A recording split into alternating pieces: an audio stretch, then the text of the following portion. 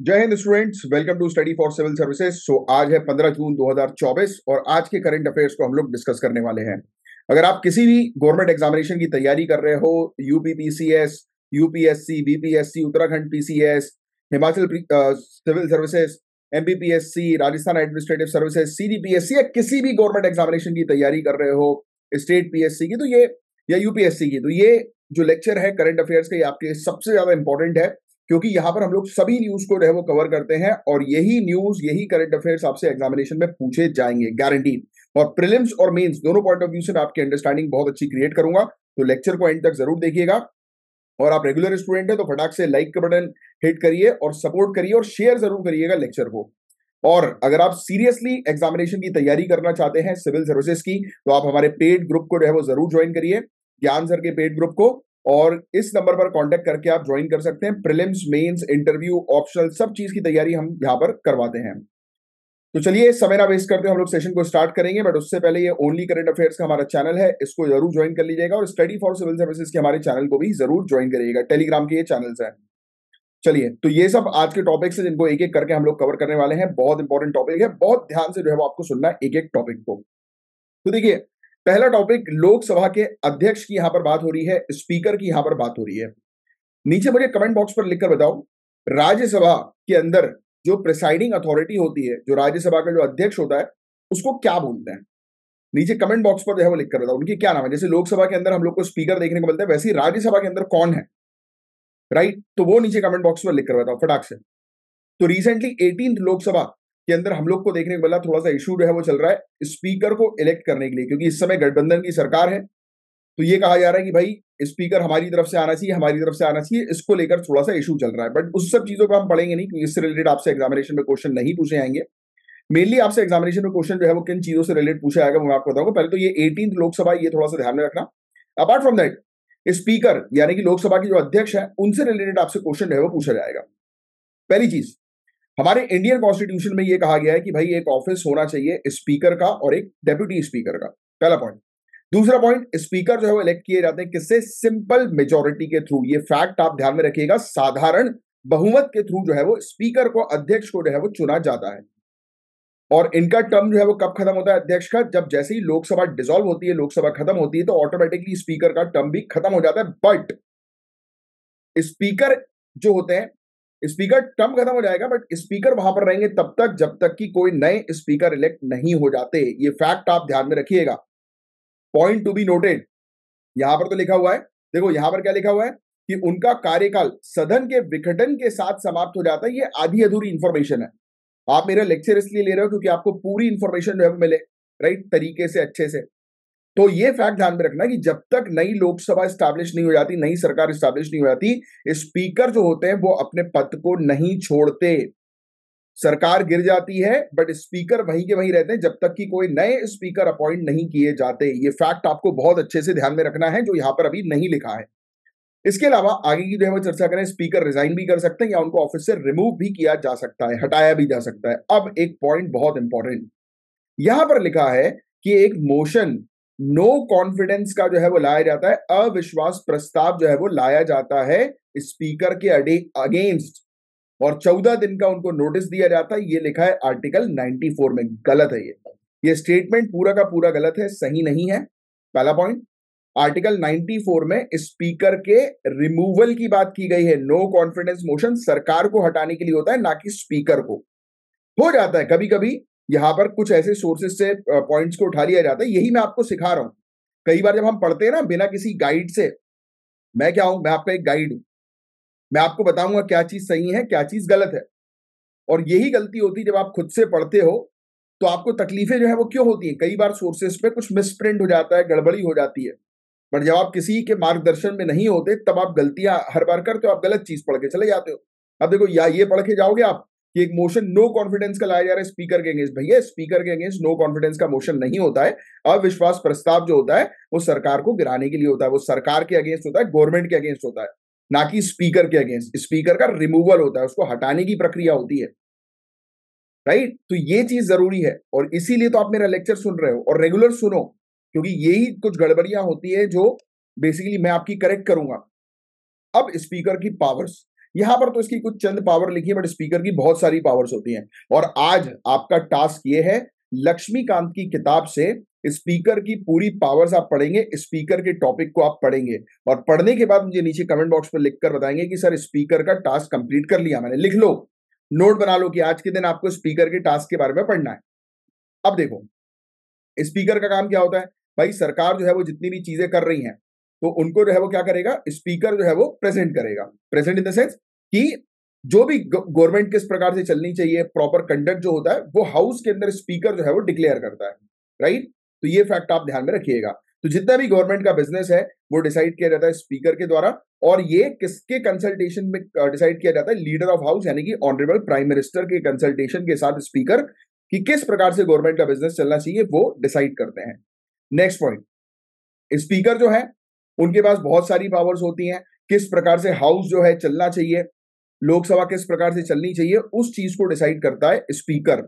Next, speaker जो है question जो है वो कौन सा मेंबर रेज करेगा वो स्पीकर, मतलब ये सिंपल शब्दों में मैं आपको समझाऊं तो स्पीकर जो होता है, लोकसभा का जो अध्यक्ष होता है, वो बेसिकली क्या करता है, वो एक मॉनिटर की तरह होता है। जैसे क्लास में मॉनिटर होता है ना, डिसिप्लिन मेंटेन करने का काम करता है, तो वो उसका काम होता है मेनली कि डिसिप्लिन जो है वो हाउस के अंदर मेंटेन रहे।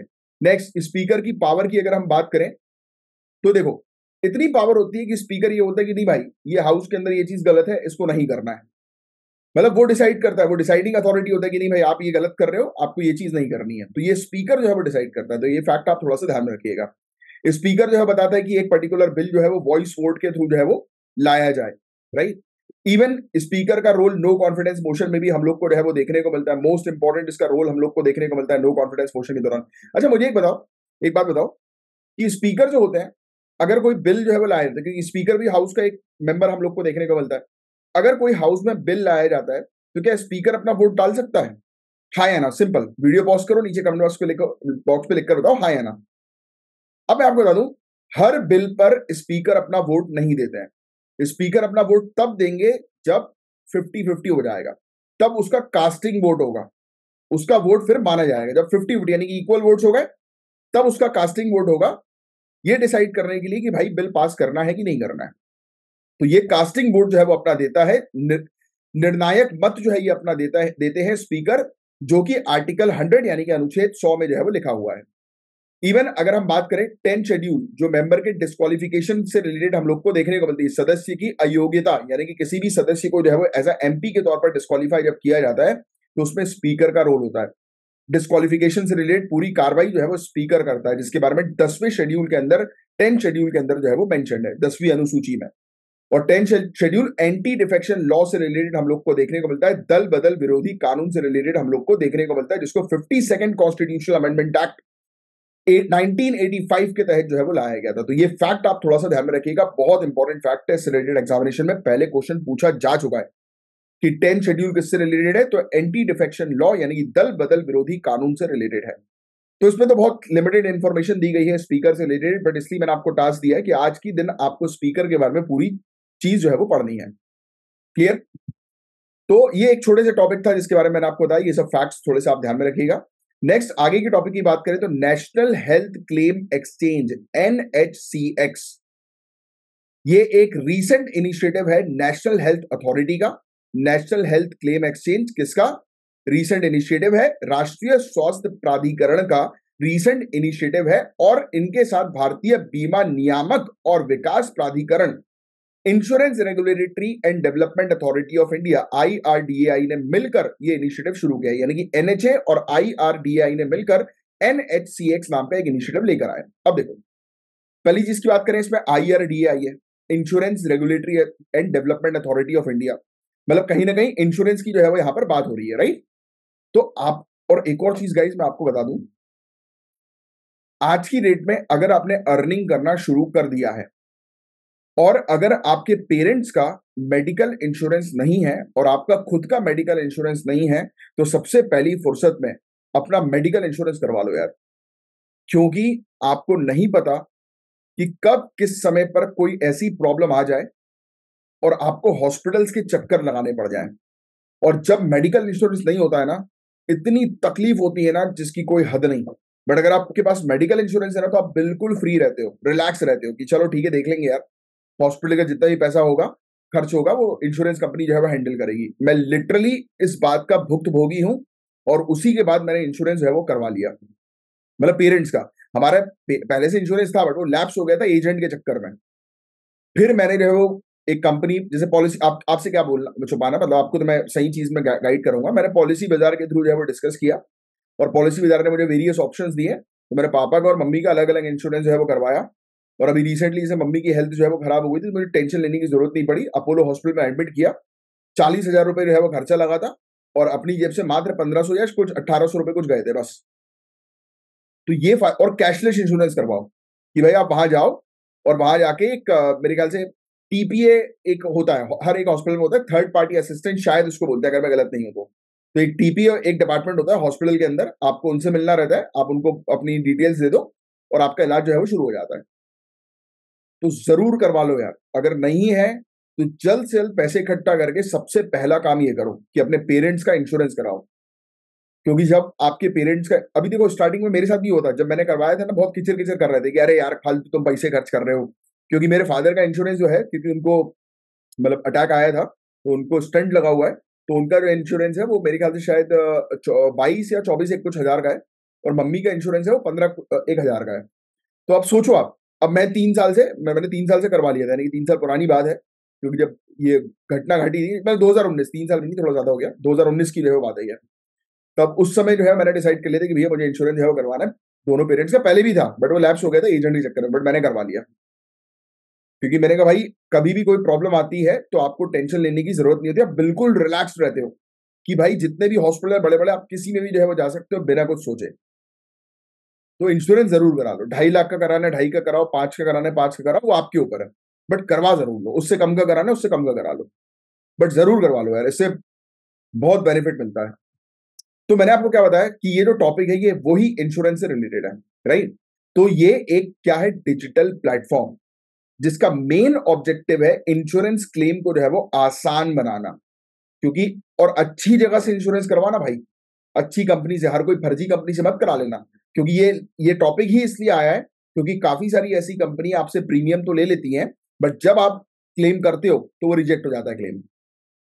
तो इसीलिए ये डिजिटल प्लेटफॉर्म लाया गया है जिसके थ्रू इंश्योरेंस की जो क्लेम है इंडिया के अंदर उसको आसान बनाया जाए।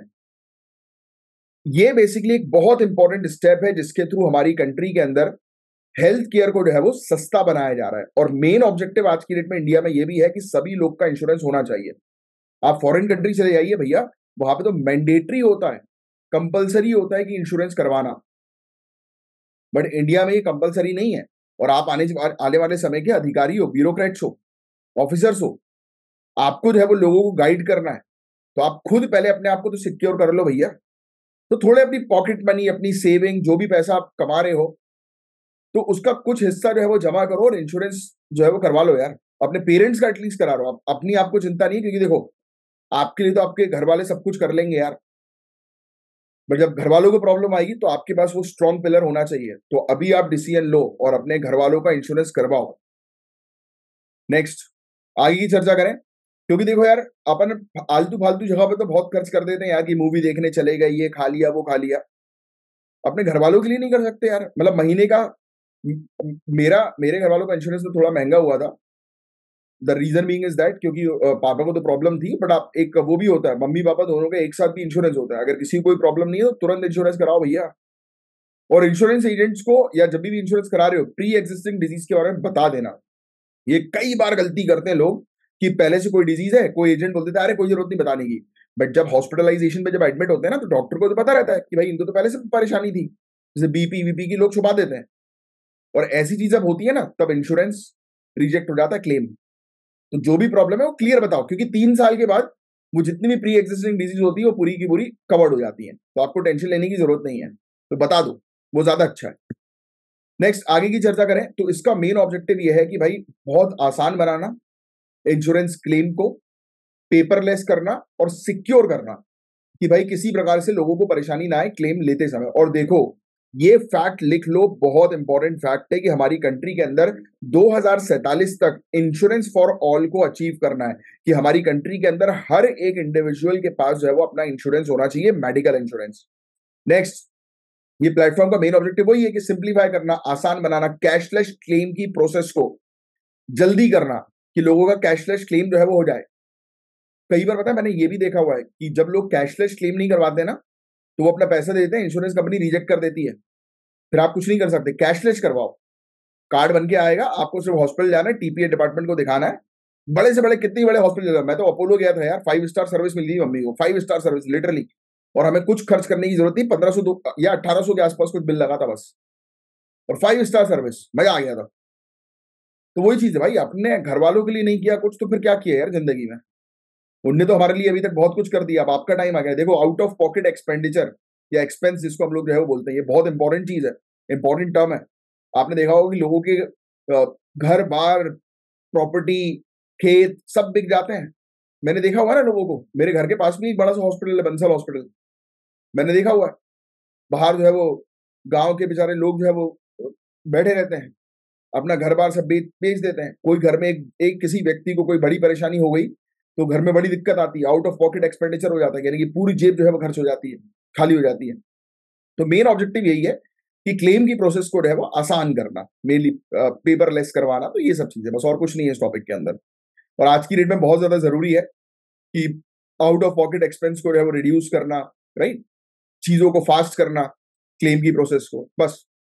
और ज्यादा कुछ नहीं है इस पर्टिकुलर टॉपिक के अंदर समझने के लिए। तो यही बस चीज है जिसके बारे में आपको एक अंडरस्टैंडिंग होनी चाहिए कि भाई ये जो है नेशनल हेल्थ क्लेम एक्सचेंज, ये बेसिकली एक डिजिटल प्लेटफॉर्म है जिसके थ्रू इंश्योरेंस के क्लेम की प्रोसेस जो है, देखो लिखा हुआ है क्लेम एक्सचेंज, क्लेम की प्रोसेस को जो है वो आसान बनाना, राइट। और हॉस्पिटल और इंश्योरेंस कंपनी के बीच में जो है वो एक साठ गांठ जो है वो अच्छी बनी रहे, राइट, कोऑर्डिनेशन अच्छा जो है वो रहे।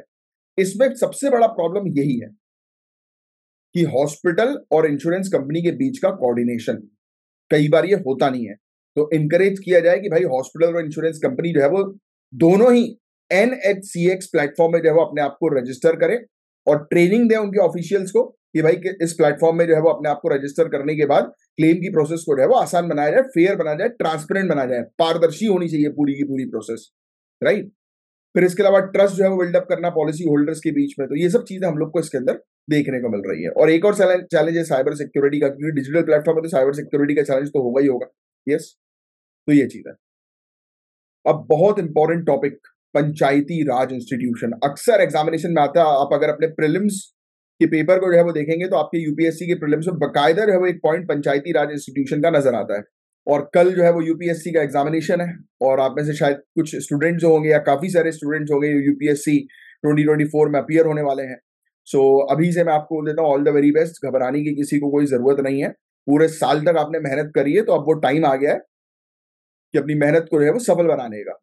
और आप 2025 की तैयारी कर रहे हैं तो ये बात ध्यान में रखो कि अगर आप पूरे साल भर लगकर कड़ी मेहनत नहीं करोगे, तो जो फाइनल दिन होगा वो दिन आपका नहीं होगा। अगर आपको फाइनल दिन अपना बनाना है तो साल भर प्रॉपर अच्छी मेहनत करना है। और हम स्टडी फॉर सिविल सर्विसेज की पूरी टीम, मैं, सब लोग आपके साथ है, ज्ञान सर, सब लोग आपके साथ है आपको सक्सेसफुल बनाने के लिए। सिर्फ एक ही चीज है कि जो जो चीज मैं बताते जा रहा हूं उसके अकॉर्डिंग आप चलते जाओ, और गारंटीड आपका एग्जामिनेशन जो है वो निकलेगा। और आप चाहो तो पेड कोर्सेज को जो है वो ज्वाइन कर सकते हो, इन सब नंबर पर जो है वो कांटेक्ट करके आपको बहुत अच्छी सर्विस मिलेगी, आपको मजा आ जाएगा, राइट। आपको टेंशन लेने की बिल्कुल जरूरत नहीं है। अब सुनो, वर्ल्ड बैंक, वर्ल्ड बैंक ने जो है वो कहा है कि भैया पंचायत को और अथॉरिटी दो, पंचायत को मजबूत बनाओ, क्योंकि पंचायत को बड़ी प्रॉब्लम्स होती हैं। किस प्रकार? सबसे बड़ी प्रॉब्लम तो एक ही है पंचायत की, या लोकल जो इंस्टीट्यूशंस हम लोग को देखने को मिलते हैं, लोकल बॉडीज इनको कहा जाता है, जैसे पंचायत, म्युनिसिपैलिटीज, इनकी सबसे बड़ी प्रॉब्लम है पैसा, फंड्स। इनके पास फंड्स जो है वो नहीं आ पा रहा है, तो इनको फंड्स की सबसे बड़ी प्रॉब्लम जो है वो होती है। सबसे बड़ी सिर्फ एक ही प्रॉब्लम है इनके पास, फंड्स की प्रॉब्लम, राइट। तो वही चीज बस आपको दिमाग में रखनी है, बाकी और इस टॉपिक के अंदर कुछ नहीं है। बस इसमें वर्ल्ड बैंक ने ये कह दिया है कि भैया पंचायत को जो है वो मजबूत बनाना है, स्ट्रेंथन करना है, उसको और पावर जो है वो देनी है। डिसेंट्रलाइजेशन, जिसको हम लोग जो है वो हिंदी में जो है वो क्या बोलते हैं, डिसेंट्रलाइजेशन को विकेंद्रीकरण। तो विकेंद्रीकरण पर जो है वो फोकस करने की बात की है वर्ल्ड बैंक ने। और इन्होंने बोला कि भैया ऑनलाइन प्लेटफॉर्म का इस्तेमाल करो, पैसा जो है वो ट्रांसफर करने के लिए ज्यादा से ज्यादा डिजिटल प्लेटफॉर्म्स का इस्तेमाल करो, राइट। तो ये चीज इन्होंने जो है वो कही है। अब थोड़ी सी बात कर ले पंचायती राज इंस्टीट्यूशन की। तो पंचायती राज का जिक्र कौटिल्य के अर्थशास्त्र में भी किया गया, जो कि 200 बीसीई के टाइम पीरियड की थी।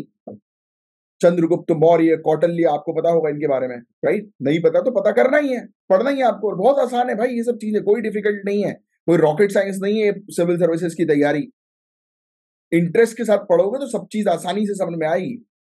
इसके अलावा हम लोग को जो है वो देखने को मिला कि कौटिल्य ने भी जो है वो जिक्र किया था कि भैया लोकल बॉडीज जो है, लोकल इंस्टीट्यूशन जो है, ग्राउंड लेवल पर विलेजेस, गांव जो है, उनको जो है वो पावर दो, राइट? ऋग्वेद के अंदर, जो कि 3000 साल पुरानी हम लोग को जो है वो देखने को मिलती है। तो नीचे कमेंट बॉक्स पर कोई मुझे बता सकता है कि ऋग्वेद का टाइम पीरियड जो है वो क्या है? तो याद रखना, 1500 से लेकर 1000 का टाइम पीरियड, 1500 बीसीई से लेकर 1000 बीसीई का टाइम पीरियड ऋग्वेद का है। 500 सालों का सबसे बड़ा है ऋग्वेद। उसके बाद सामवेद, यजुर्वेद, अथर्ववेद जो हम लोग को देखने को मिलते हैं, उनका टाइम पीरियड 400 सालों का है, 1000 से लेकर 600 बीसीई का। तो टोटल जो वैदिक पीरियड है वो 1500 से लेकर 600 बीसीई का टाइम पीरियड हम लोग को वैदिक टाइम पीरियड जो है वो देखने को मिलता है, जो आपको पढ़ना है। अब इसमें भी जो है वो जिक्र किया गया था विधाता सभा समिति का। हालांकि ये विधाता समिति जो है वो खत्म हो गई थी, सिर्फ एक ही इकलौता इंस्टीट्यूशन जो है वो बचा था, वो थी सभा। और विधाता जो था उसमें तो ये लोग रहते थे, किंग और उनके मिनिस्टर्स वगैरह या बुजुर्ग लोग, कुछ हम लोग को जो है वो देखने को मिलते थे।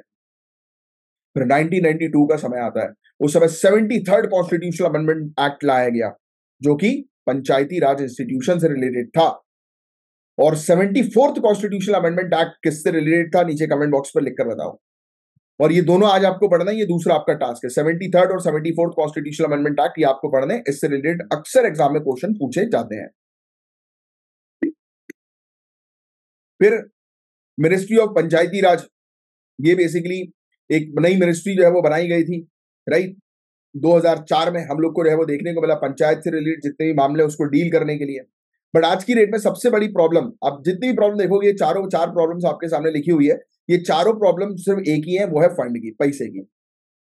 ये डिपेंडेंट रहते हैं टॉप डाउन अप्रोच के ऊपर, यानी कि ऊपर से जो चीज आएगी उसी के ऊपर ये डिपेंडेंट है। दूसरा, फिस्कल डिसेंट्रलाइजेशन इशू, इनके पास पावर जो है वो आती नहीं, राजकोषीय विकेंद्रीकरण के मुद्दे, फाइनेंशियल पावर इनके पास है नहीं। अच्छा, एक और चीज मैं आपको बताऊं, इनके पास सबसे बड़ी प्रॉब्लम एक तो फंडिंग की भी होती है कि भाई इनको बहुत लेट जो है वो फंड्स है वो मिलते हैं। बट पता है, ये खुद अपना रेवेन्यू जनरेट नहीं कर पाते हैं, खुद पैसा जनरेट नहीं कर पाते। बताओ क्यों, क्या कारण है उसके पीछे? बहुत सिंपल सा कारण है बॉस, बहुत सिंपल सा, समझने की कोशिश करोगे तो समझ में आएगा। मैं आपको बताता हूं, पंचायत में अभी वो मूवी भी चल रही, वेब सीरीज भी है ना पंचायत, बहुत अच्छी है, कभी देखना फ्री टाइम में, टाइम भी मिले तो पंचायत एक अच्छी वेब सीरीज है, उसमें पूरा बताया हुआ है। और अगर आप गांव से बिलोंग करते हैं तो आपको पता भी होगा।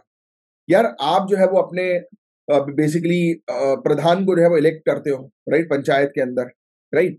जब आप उसको इलेक्ट करते हो, अपने हेड को इलेक्ट करते हो, तब उस समय अगर वो आपसे पैसा मांगने लगे, हर चीज का टैक्स वैक्स मांगने लगे, तो आप बुरा नहीं मान जाओगे? इसलिए ये लोग उल्टा करते हैं कि जितने भी टैक्स है वो हटा देते हैं, जिससे कि ये अगेन बार बार री इलेक्ट होते रहे। क्योंकि लोकल आदमी जब टैक्स मांगता है तो जनता उसको नोच लेती है कि साला हमसे पैसा मांगता है, ये तो इसको साले को चुना हमने और हम ही के ऊपर पैसा मांग रहा है, राइट? तो वो गलत है ना। मतलब एक कॉमन थिंकिंग है भैया कि लोकल, यानी कि अब सिंपल सी चीज मैं आपको बताऊं, आप एक सोसाइटी में रह रहे हो, ठीक है? आप एक कवर्ड कैंपस के अंदर रह रहे हो, आपकी सोसाइटी में कोई एक व्यक्ति आ जाए और आपको बोले कि यार आपको हर महीने का जो है वो ये पैसा जो है वो देना पड़ेगा इस चीज के लिए। ठीक है भाई, अच्छी बात है, तो आप एक दो बार आप कंट्रीब्यूट कर दोगे, बट हर बार वो आपके दरवाजे के बाहर आके खड़ा हो जाए हर महीने की, लाओ दो पैसा, लाओ दो पैसा, तो आपका दिमाग नहीं खराब होगा कि साले ऑलरेडी इतना खर्चा है, तू अलग से हमसे पैसा मांग रहा है? इसीलिए ये सबसे बड़ी प्रॉब्लम है सोशल की, सामाजिक प्रॉब्लम है ये, राइट? यही चीज होती है, मतलब जब आप पर्सनालिटी टेस्ट यानी कि इंटरव्यू में बैठते हो ना, तब ये आपसे बहुत छोटी सी चीज पूछते हैं। अब यहीं पे लोग कंफ्यूज हो जाते हैं कि अरे भैया क्यों पैसा नहीं, रेवेन्यू जनरेट नहीं कर पा रहे? अरे बहुत सिंपल सी बात है कि वो लोकल आदमी भाई, वो रेवेन्यू अगर लेगा, यानी कि टैक्स अगर वसूलने की कोशिश करेगा या अलग अलग प्रकार के चार्जेस जो है वो लगाना शुरू करेगा रेवेन्यू जनरेट करने के लिए, तो अगली बार उसको इलेक्ट नहीं करेगी जनता। और उसका जो अपोजिशन वाला होगा वो बार बार नारे लगाएगा, हमें चुनो, हम ये सब पैसा आपसे नहीं मांगेंगे, ये पैसा मांग रहा है आपसे, तो वो वाली चीज। तो ये बहुत छोटी छोटी सी प्रॉब्लम है। जिसको आपको बहुत आसानी से समझना भी है और इसको लिखना भी और बताना भी है।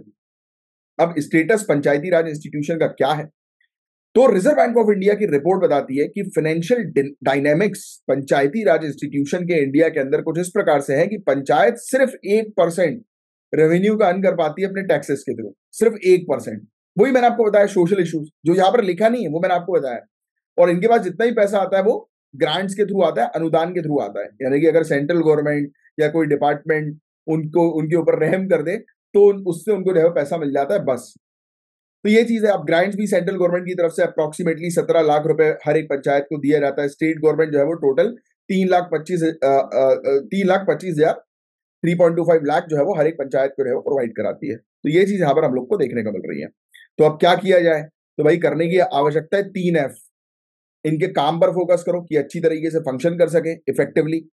फाइनेंस, पैसे की प्रॉब्लम इनकी खत्म हो। और इनके जो पदाधिकारी हैं, फंक्शनरीज हम लोग को, यानी कि जो पोस्ट में है, जो वार्ड मेंबर्स हैं, जो प्रधान है, तो ये लोग जो है ये अच्छी तरीके से काम करें। इनको स्किल्स प्रोवाइड जो है वो की जाए प्रॉपर एडमिनिस्ट्रेशन की। फिर इसके अलावा इनको पैसे की प्रॉब्लम जो है वो इनकी सॉल्व की जाए। वार्ड मेंबर्स को जो है वो सशक्त बनाया जाए, राइट। स्किल्स उनके अंदर जो है वो डाली जाए, एडमिनिस्ट्रेटिव स्किल्स, राइट। ग्राम सभा को जो है वो स्ट्रेंथन किया जाए, राइट, एम्पावर किया जाए, सशक्त जो है वो किया जाए। एडमिनिस्ट्रेटिव डेटा की क्वालिटी, यानी कि जो प्रशासनिक डेटा की गुणवत्ता है उसमें सुधार जो है वो लाया जाए, राइट। इंसेंटिव्स इनको जो है प्रोवाइड किया जाए कि जैसे जैसे परफॉर्म करेंगे उस हिसाब से उनको कुछ इंसेंटिव जो है वो प्रोवाइड किया जाएगा, प्रोत्साहन जो है वो उनको दिया जाएगा, राइट। फिर कोई भी शिकायत वगैरह जो होती है, यानी कि शिकायत निवारण प्रणाली जो है उनकी लाई जाए शिकायत को रिजॉल्व करने के लिए। फिर सेल्फ हेल्प ग्रुप जो महिलाओं का है उसको जो है वो शामिल किया जाए, जैसे कि महिला सशक्तिकरण भी इनडायरेक्टली इसके थ्रू हम लोग को देखने को मिलेगा। यस, तो ये है पूरा ओवरऑल टॉपिक जिसके बारे में एक आपको अच्छी जानकारी होनी चाहिए। अब नेक्स्ट टॉपिक की बात करें, प्रधानमंत्री आवास योजना के बारे में तो आपको ऑलरेडी पता होगा, नाम से समझ में आ रहा है, प्रधानमंत्री आवास योजना घर बनाने की स्कीम है।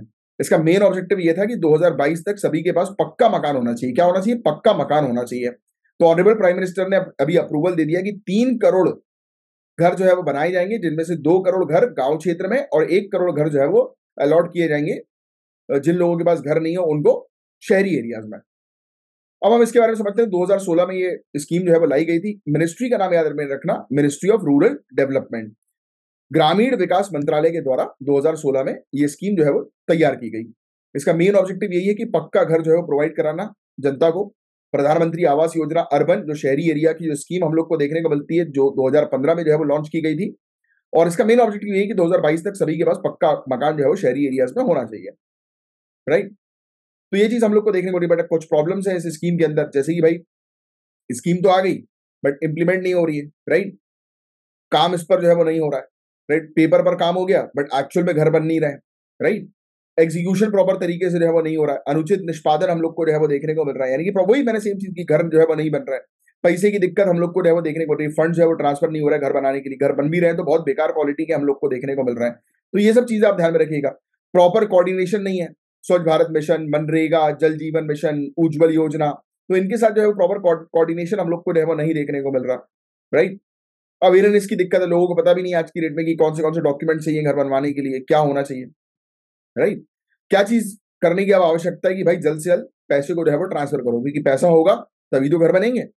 नेक्स्ट, क्रेडिट फैसिलिटी जो है प्रॉपर लेकर आओ। इवन अगर हम बात करें एसबीआई, तो एसबीआई भी इस प्रकार के क्रेडिट्स ऑफर नहीं कर रही है, लोन ऑफर नहीं कर रही है इस प्रकार के घर बनाने की, क्योंकि उनको लॉस हो जाएगा इससे। ज्यादा से ज्यादा लोगों को शामिल करो, राइट। क्वालिटी पर जो है वो ध्यान दो। फिर आवास बंधु, आवास बंधु जो होता है वो लोकल मोटिवेटर्स होते हैं, जो अवेयरनेस क्रिएट करते हैं लोगों के बीच में कि भैया आपके पास पक्का मकान नहीं है तो आपको मिल सकता है सरकार की इस योजना के थ्रू, उनको गाइड किया जाता है। अब नेक्स्ट टॉपिक की तरफ आगे बढ़ते हैं। जेम ट्रेड, जेम ट्रेड मतलब रत्न का व्यापार। जो रत्न होते हैं ना, मोतियां वगैरह हम लोग को जो है वो देखने को मिलती हैं, राइट, चमकीली चमकीली, बड़ा अच्छा लगता है, लोग पहने रहते हैं बहुत सारी मोती, राइट। तो जेम और ज्वेलरी सेक्टर इंडिया के अंदर उसको अभी रिसेंटली ऑथराइज्ड इकोनॉमिक ऑपरेटर का स्टेटस दिया गया है मिनिस्ट्री ऑफ फाइनेंस के द्वारा। अब आपको यहां पर यह समझना है कि ये एईओ क्या है। ये अधिकृत आर्थिक ऑपरेटर, यानी कि आप इंग्लिश में इसको ध्यान में रखना, ऑथराइज्ड इकोनॉमिक ऑपरेटर, एईओ क्या होता है ये, तो इसको हम लोग जो है वो समझेंगे। तो एईओ प्रोग्राम जो है वो एक ग्लोबल इनिशिएटिव है, एक वैश्विक हम लोग को जो है वो पहल देखने को मिलती है, जिसको 2007 में जो है वो शुरू किया गया था। किसके द्वारा? वर्ल्ड कस्टम ऑर्गेनाइजेशन के द्वारा। विश्व सीमा शुल्क संगठन के द्वारा, राइट, और सेफ फ्रेमवर्क ऑफ स्टैंडर्ड इनका हम लोग को जो है वो देखने को मिलता है। तो इसके अंतर्गत जो है वो ये चीज लाई गई थी। ठीक है, तो ये फैक्ट समझ में आया। तो ये फैक्ट है प्रॉपर, इसको आपको ध्यान रखना है। अब समझने वाली चीज पर हम लोग जो है फोकस करते हैं, ये प्रोग्राम का मेन ऑब्जेक्टिव क्या है। तो दो इसके ऑब्जेक्टिव है। पहली चीज तो इंटरनेशनल सप्लाई चेन सिक्योरिटी को बढ़ावा देना। देखो क्या होता है आजकल, बहुत फर्जीवाड़ा भी है चल रहा है मार्केट में। लोग जो है वो इस प्रकार के चमकीले पत्थर जो होते हैं, रत्न वगैरह जो होते हैं, कि भैया देखो ये ओरिजिनल पन्ना है, ये डुप्लीकेट पन्ना है, राइट, ये ओरिजिनल पाइराइट है, ये डुप्लीकेट पाइराइट है। तो ऐसी बहुत सारी चीजें जो है वो चलती रहती हैं, अलग अलग प्रकार के रत्न हम लोग को जो है वो देखने को मिलते हैं, जो डुप्लीकेट्स भी होते हैं मार्केट में। तो इस डुप्लीकेट रत्न को जो है वो हटाना मार्केट से, यही होता है कि सिक्योरिटी स्ट्रेंथन करना, कि सिक्योरिटी मेजर जो है वो, अब देखो, अब अगर सोचो आप, अगर डुप्लीकेट माल हमारा एक्सपोर्ट होके फॉरेन कंट्री चला गया, राइट, तो उससे बेइज्जती किसकी होनी है? बेइज्जती हमारी होनी है कि देखो इंडिया से फर्जी माल आ रहा है। यस, इंडिया जो है वो खराब, इंडिया की बेइज्जती होगी। एक्सपोर्टर जो है वो अपने बेनिफिट के लिए फर्जी चीज तो भेज देगा, बट इमेज तो इंडिया की खराब होगी ना।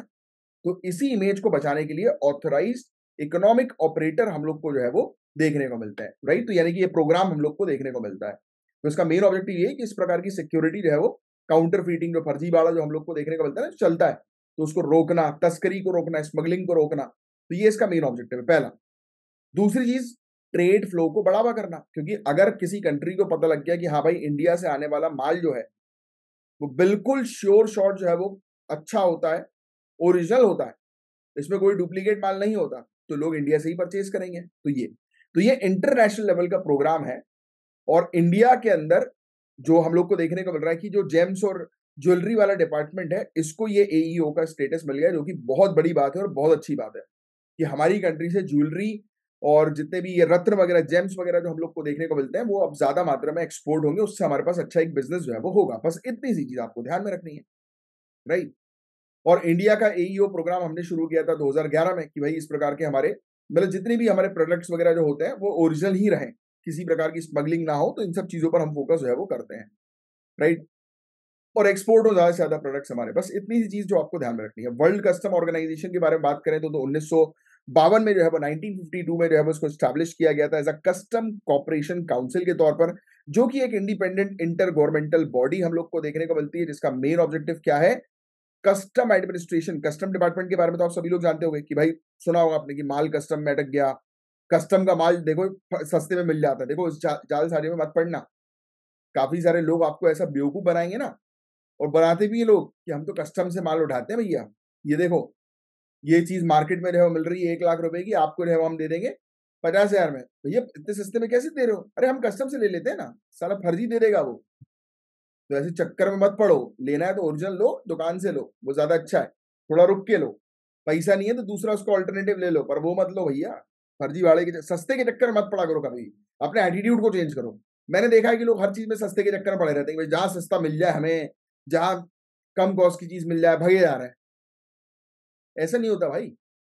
चीजें सस्ती भी होती है, अच्छी क्वालिटी की भी होती है, उनको लो ना। अगर सस्ते में जाना है तो अच्छी क्वालिटी की चीज को लो, राइट। और लोग सोचते हैं कि महंगी वाली चीज उनको सस्ते मिल जाए। भैया महंगी वाली चीज अगर सस्ते में आपको मिलेगी तो वो फर्जी ही मिलेगी, मेरी बात मान लेना। या सेकेंड हैंड लो, और क्या, क्या बोले हो, वो ज्यादा बेटर है। तो 183 183 कस्टम एडमिनिस्ट्रेशन पूरे दुनिया भर में हम लोग को देखने को मिलते हैं, जो कि अप्रोक्सीमेटली पूरे दुनिया भर के व्यापार का 98% है। अब सेफ फ्रेमवर्क भी इन्हीं का है। जून 2005 में वर्ल्ड कस्टम ऑर्गेनाइजेशन काउंसिल ने जो है वो ये फ्रेमवर्क को अडॉप्ट किया। इसका फुल फॉर्म है standard to secure and facilitate global trade, मतलब वही मेन चीज, standard to secure. Main objective ये है कि जितने भी प्रोडक्ट्स होने चाहिए वो स्टैंडर्डाइज होने चाहिए, फर्जीवाड़ा नहीं होना चाहिए किसी प्रकार का, ओरिजिनल प्रोडक्ट्स होने चाहिए। इस पर ये मेनली जो है वो काम करते हैं, दैट्स इट, बस। तो ये था पूरा ओवरऑल टॉपिक। मैं उम्मीद करता हूँ ये टॉपिक आपको समझ में आ गया होगा। अब software technology park of India से रिलेटेड एक टॉपिक है, ठीक है। इस टॉपिक को मैं आपको समझाऊंगा, ये नया टॉपिक है, ये क्वेश्चन आंसर के फॉर्मेट में, बट मैं आपको उसको एक्सप्लेन करूंगा। ये सॉफ्टवेयर टेक्नोलॉजी पार्क नाम से समझ में आ रहा है कि हम बेसिकली एक हब बनाएंगे, मतलब एक बड़ा एरिया हम अलॉट करेंगे जहां पर हम इंडिया के अंदर सॉफ्टवेयर डेवलप करेंगे। तो इसको जो है स्टैब्लिश किया गया और रजिस्टर किया गया सोसाइटीज रजिस्ट्रेशन एक्ट 1860 के तहत 1991 में। और इसमें कौन सी मिनिस्ट्री जो है इन्वॉल्व है, तो ministry of electronics and information technology, electronics और सूचना प्रौद्योगिकी मंत्रालय इसके अंदर जो है वो इन्वॉल्व है, राइट, यानी कि उसी के अंडर आती है, इस मंत्रालय के अंडर। इसका ऑब्जेक्टिव क्या है इस पार्क का, तो मैंने आपको बताया कि हमारी कंट्री के अंदर सॉफ्टवेयर बनवाना, इलेक्ट्रॉनिक प्रोडक्ट्स को बनवाना, इसका मेन ऑब्जेक्टिव हम लोग को देखने को मिलता है, राइट। और इसने अभी अनाउंस किया अनंत, एक हाइपर स्केल क्लाउड है जिसको इंडियन फॉर इंडियंस के द्वारा जो है बनाया गया, यानी कि इंडियन के द्वारा बनाया गया इंडियंस के लिए।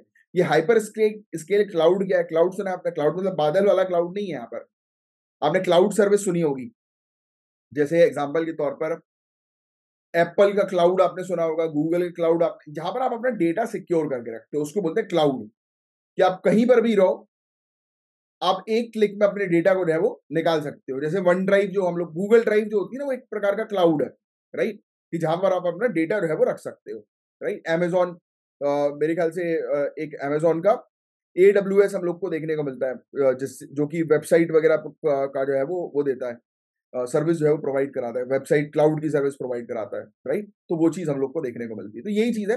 तो आप बस सिंपल सी चीज है वो ध्यान में रखना। अनंत अगर आपसे पूछ रहे तो आपको ध्यान में रखना है कि ये क्लाउड है, इंडियन के द्वारा बनाया गया है इंडियंस के लिए, राइट। बस सिंपल सी चीज।